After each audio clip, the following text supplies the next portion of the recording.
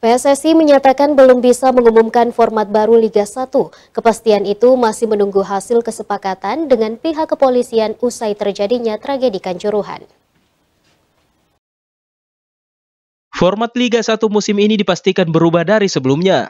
Hal itu merupakan dampak dari tragedi Kanjuruhan yang menewaskan ratusan penonton dan membuat kompetisi harus dihentikan sementara waktu. Setelah insiden memilukan itu, sistem keamanan di dalam stadion saat pertandingan bakal mengikuti standar FIFA.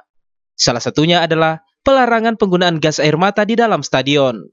PSSI menyatakan hingga saat ini mereka belum bisa mengumumkan format terbaru kompetisi yang nantinya akan dijalankan.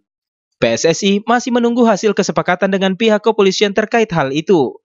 Sebelumnya ada banyak hal di sepak bola Indonesia yang perlu diperbaiki setelah tragedi Kanjuruhan.